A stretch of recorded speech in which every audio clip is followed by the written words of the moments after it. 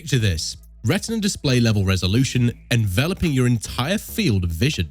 But this isn't just some high-res cinema strapped to your face. Oh no, your hands are the remote control. Smooth and effortless hand tracking technology turns every wave, point, and jazz hand performance into a gesture command. I mean, come on. It's like Minority Report, but you don't need Tom Cruise or fancy gloves. Now, I've seen a lot of VR and AR headsets, but none of them have quite the finesse of Apple's Vision Pro. Before you get too excited and start reaching for your wallets, let me break some news for you. The Vision Pro carries a hefty price, $3,499, and I can almost hear piggy banks around the world shattering in despair.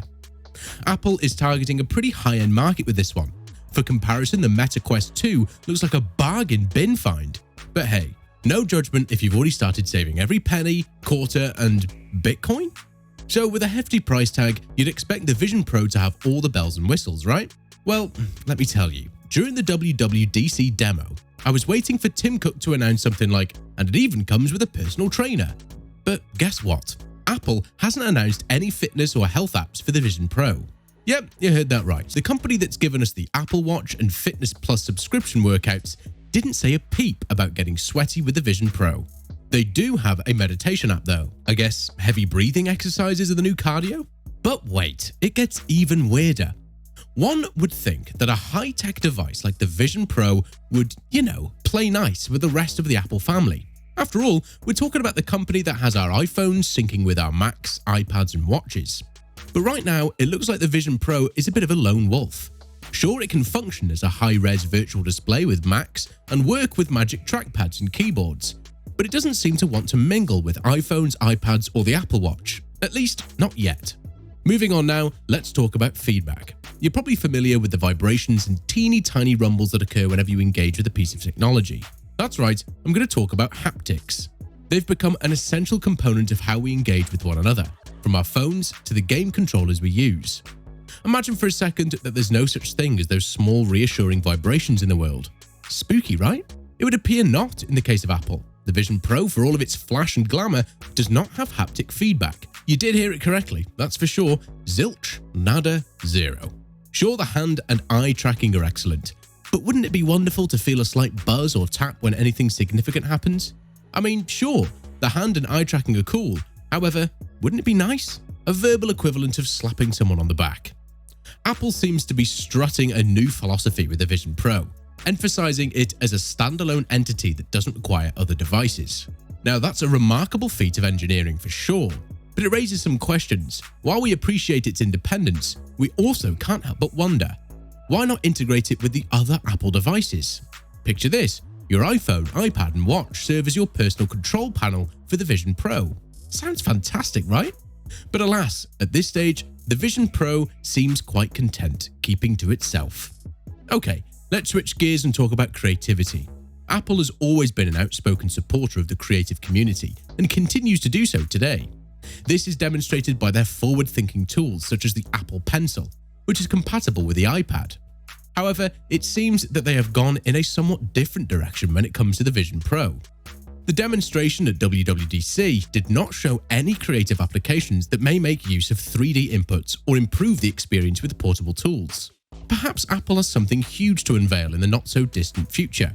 Or maybe they just want us to appreciate the power of our own eyes and hands. As we think about this, another question pops up. What about accessories? We all love a bit of customization, right?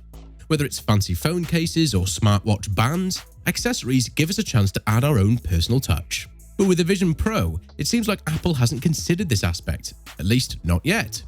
Will there be dedicated peripherals for the Vision Pro in the future? Or are we stuck with our bare hands? Only time will tell. Straight on to the next burning question on everyone's minds: how will Apple handle updates with the Vision Pro? That's where Apple's Vision Pro stands right now, full of potential and at the very beginning of its journey. While it may have a slightly barren feature list at the moment, with time and continual development, the Vision Pro should morph into a much more comprehensive piece of tech. Just imagine waking up one day to find your already impressive headset has grown even more powerful overnight. It's a tech enthusiast's dream, so let's hope Apple doesn't disappoint. Now, moving gears to analyze the general idea for this device, we need to keep in mind that Apple is not a company that does things in a half-assed manner. They didn't build a product with the goal of just slotting it into the current augmented reality and virtual reality scene. Instead, they wanted to redefine it. It's an audacious effort on Apple's part to market the Vision Pro as a spatial computer rather than a simple add-on component of the user's devices. If it is successful, it has the potential to revolutionize how we think about and make use of headsets in the future.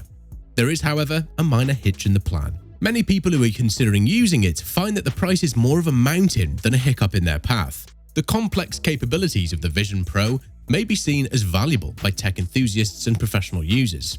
Nevertheless, the mainstream audience may be hesitant to shell out several $1,000s for it. Even while it appears that Apple is focusing for the time being on a niche market, it will eventually be forced to solve the accessibility issue. It's possible that they'll take a page out of the iPhone's playbook and create multiple tiers of models to appeal to various market subsets.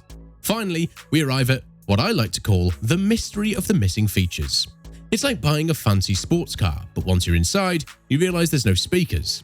Sure, the car drives fine, but where's the fun without some tunes? Similarly, the Vision Pro, as awe-inspiring as it is, misses out on some key applications. One glaring omission is fitness. Given how Apple has successfully integrated wellness with its watch, it's surprising that it didn't capitalize on this strength. But who knows, maybe they're planning a surprise drop-in during a future update. We'll just have to wait and see. So we can say that the Vision Pro, Apple's first dive into the AR/VR domain, is undoubtedly a tech marvel. But it also leaves us asking, where's the rest? But hey, Rome wasn't built in a day, and the Vision Pro is still in its infancy. There's plenty of room for growth, and knowing Apple, they've got some surprises in store for us, so hold on to your seats. It's going to be an exciting ride. I can't wait to see where this journey takes us. Here's to hoping for a future filled with more features, updates, and maybe, just maybe, a price drop?